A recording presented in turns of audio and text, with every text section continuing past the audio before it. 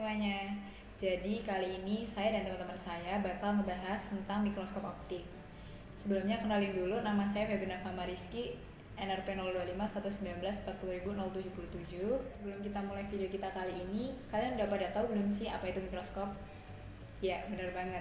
Jadi mikroskop itu suatu alat yang biasa digunakan untuk mengamati suatu objek berupa sampel yang ukurannya itu kecil banget. Jadi kita itu nggak bisa ngelihat menggunakan mata biasa. Nah, menurut sumber cahaya dan kemampuan perbesarannya, mikroskop itu dibagi menjadi dua, yaitu mikroskop optik atau mikroskop cahaya dan mikroskop elektron.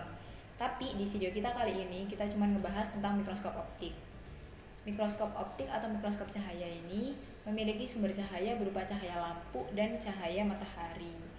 Fungsi dari mikroskop ini tuh yaitu digunakan untuk melakukan perbesaran terhadap objek kecil untuk mengamati detail dari bagian-bagian kecilnya. Nah, objek kecil ini tuh dapat berupa jaringan hewan, jaringan tumbuhan, virus, atau bakteri.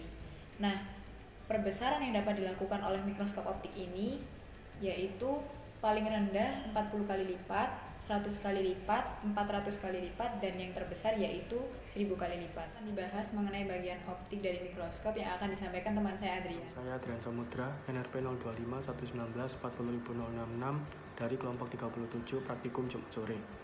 Di sini saya akan menjelaskan tentang bagian-bagian optik dari mikroskop.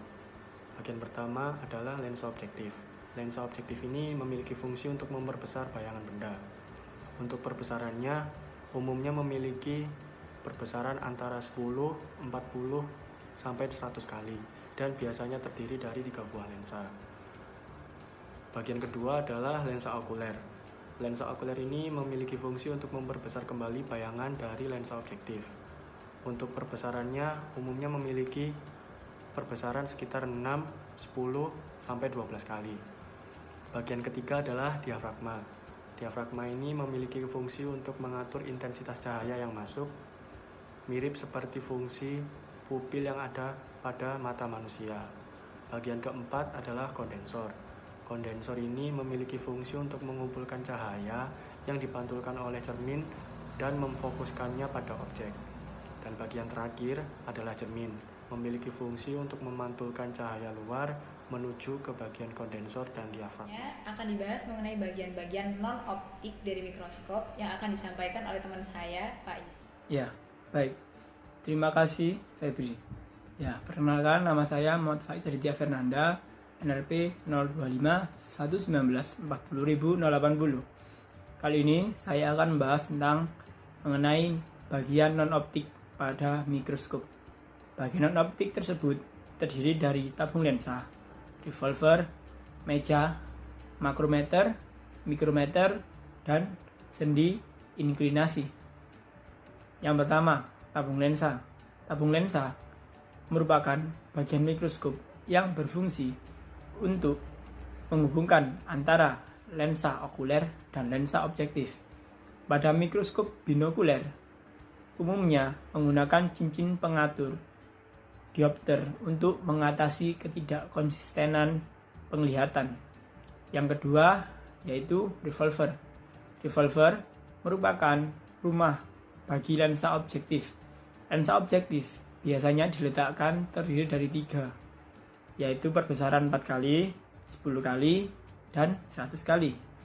Yang ketiga yaitu adalah meja. Meja merupakan bagian mikroskop yang berfungsi untuk meletakkan objek pengamatan. Meja ini dapat digerakkan ke atas, ke bawah, ke samping, ke kanan, ke kiri, ataupun ke depan, ke belakang. Meja dilengkapi dengan penjepit atau klip. Klip tersebut berfungsi untuk mengunci preparat supaya tidak jatuh atau bergeser. Yang terakhir ada apertur. Apertur merupakan lubang pada meja. Lubang pada meja tersebut berfungsi untuk masuknya cahaya yang berasal dari iluminator agar tembus ke spesimen. Yang keempat adalah makrometer dan mikrometer. makrometer dan mikrometer mempunyai fungsi yang sama, yakni menghasilkan image atau bayangan yang fokus, yang bisa dikatakan juga sebagai untuk memperjelas gambar. Makrometer dan mikrometer membantu agar identifikasi berlangsung lebih cepat. Yang terakhir yaitu sendi inklinasi. Sendi inklinasi mengatur kemiringan pada meja tersebut. Akan tetapi, jika terlalu miring, maka spesimen akan tumpah. Bahas mengenai cara penggunaan dari mikroskop ini sendiri, dan akan ditampilkan hasil pengamatan sebelum dan sesudah menggunakan mikroskop yang akan disampaikan oleh teman saya, Bobby. Nama saya Bobby Catatan Batasagalan RP 025 119 40.039. Saya akan menjelaskan cara menggunakan mikroskop. Pertama itu kita letakkan mikroskop tersebut di depan kita. Lalu putar revolver sehingga lensa objektif dengan perbesaran lemah berada pada posisinya satu poros dengan lensa okuler yang ditandai bunyi klik pada revolver. Mengatur cermin dan diafragma untuk melihat kekuatan cahaya masuk hingga dari lensa okuler tampak terang berbentuk bulat. Jadi ada bulatnya gitu.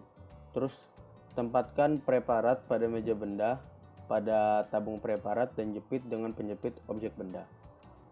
Terus juga kita harus mengatur fokusnya supaya kita tahu perbesarannya gitu. Mengatur fokusnya supaya kelihatan, karena terkadang terlalu maju, terkadang terlalu dekat juga bermasalah, bisa membuat objek tidak terlihat.